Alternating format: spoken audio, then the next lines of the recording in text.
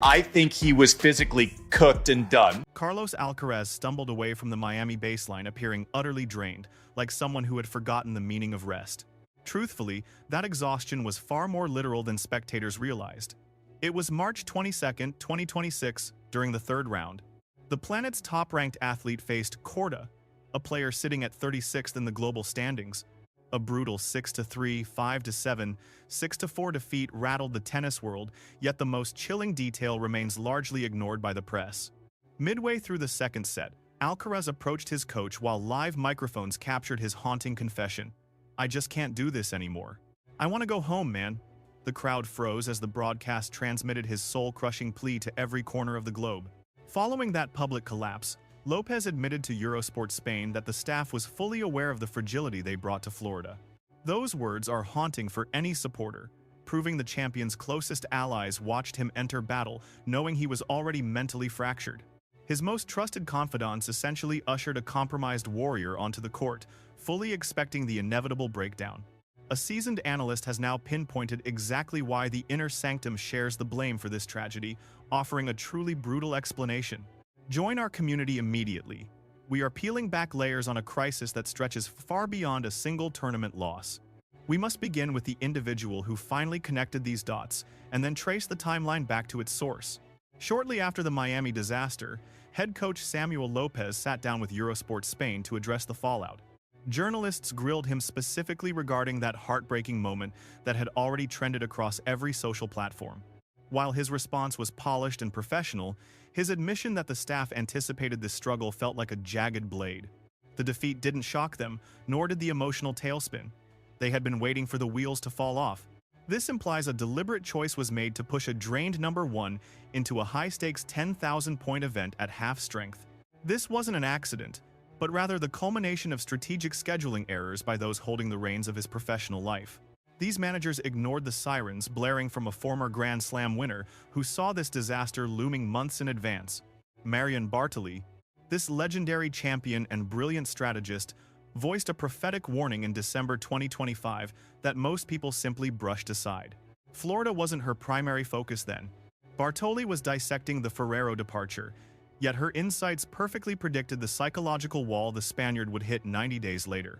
Speaking to RMC Sports, she clarified that money wasn't the catalyst for the coaching divorce that rocked the sport.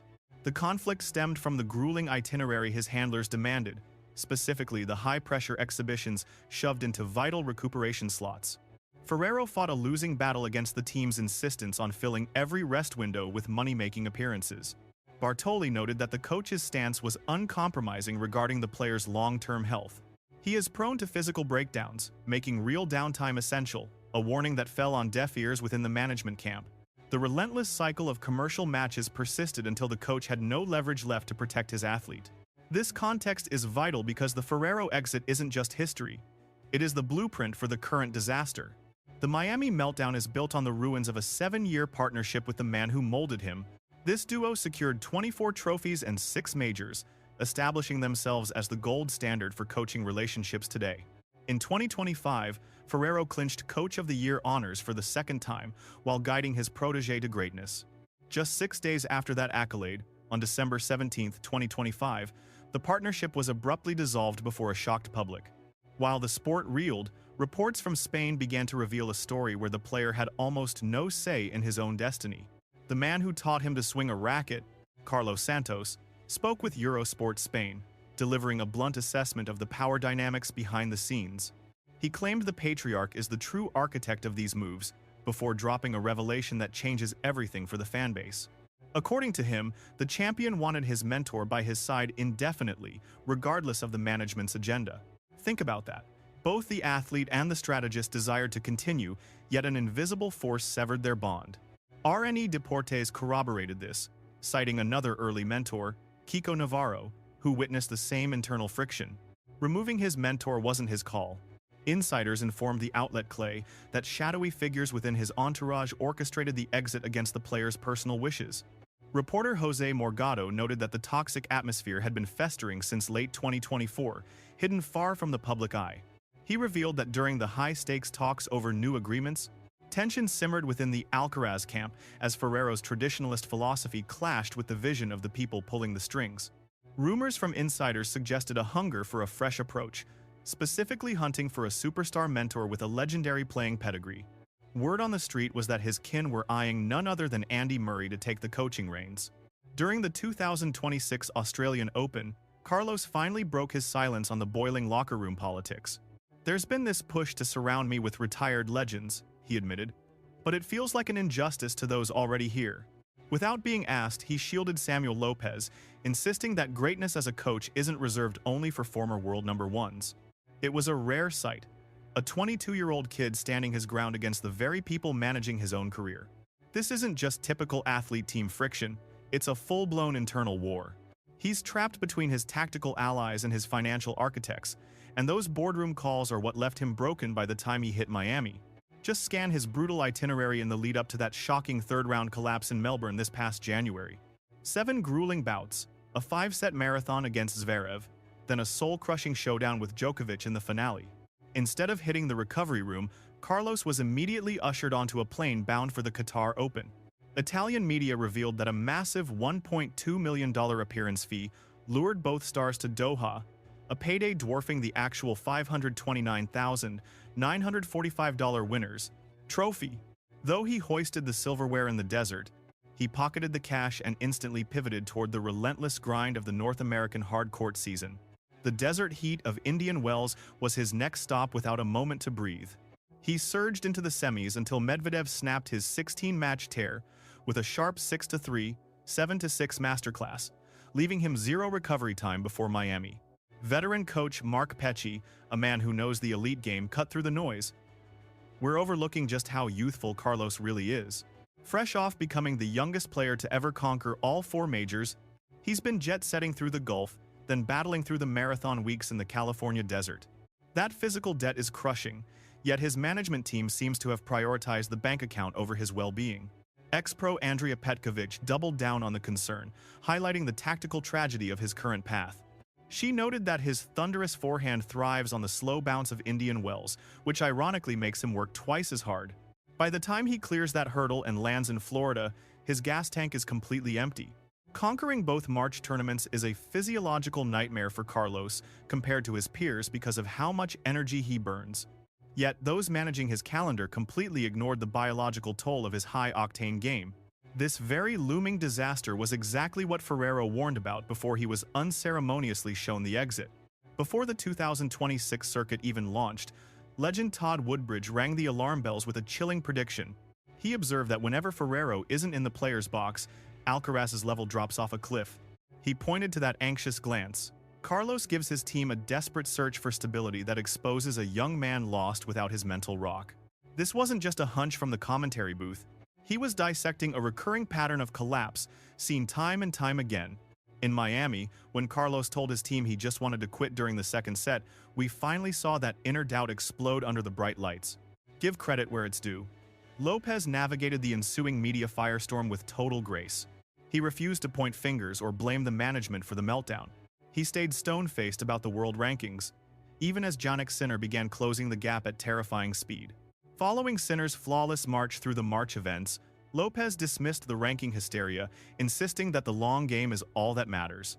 It was a masterclass in professional damage control. However, smooth talking in front of microphones can't hide the cracks. It doesn't heal the physical toll or fix the boardroom blunders, and the true fallout from Miami is far worse than a simple loss.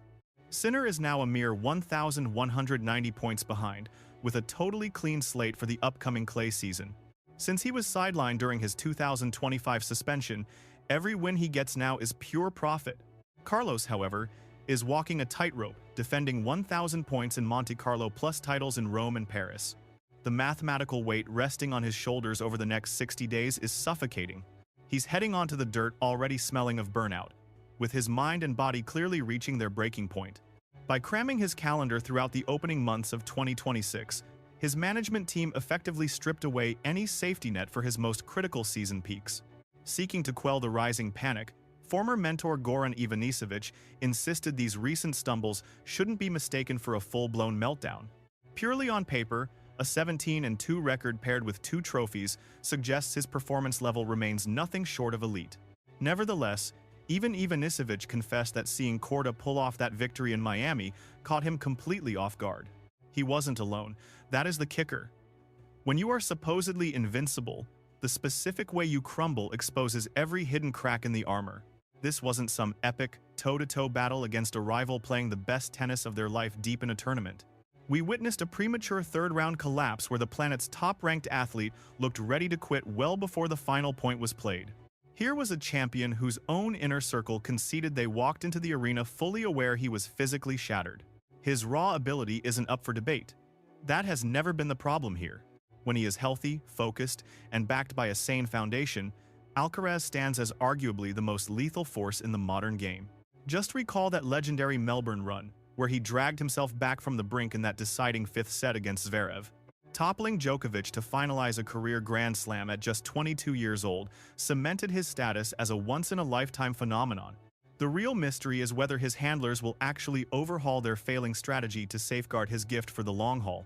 Looking at the current state of affairs, the outlook for his future remains incredibly bleak. This is the exact same clique that forced out the mentor responsible for his first 6 major titles.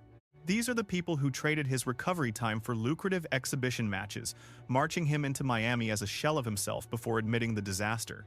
With that leadership still pulling the strings, expect more agonizing moments where Alcaraz pleads with his box to let the suffering end. The battle on the red dirt officially begins today. Everything kicks off in Monte Carlo. As he defends his crown, the sporting world is waiting to see if the January juggernaut returns, or if he remains a casualty of his own team's poor choices. This is the harsh reality that traditional sports media is too afraid to confront. There you go. If this deep dive opened your eyes to a new angle, make sure to join our community and subscribe. We ignore the basic scoreboards to find the hidden truths. Share your take in the comment section below. Is a management shakeup mandatory before Roland Garros? Or can his pure talent carry him through this toxic environment? Catch you in the next video.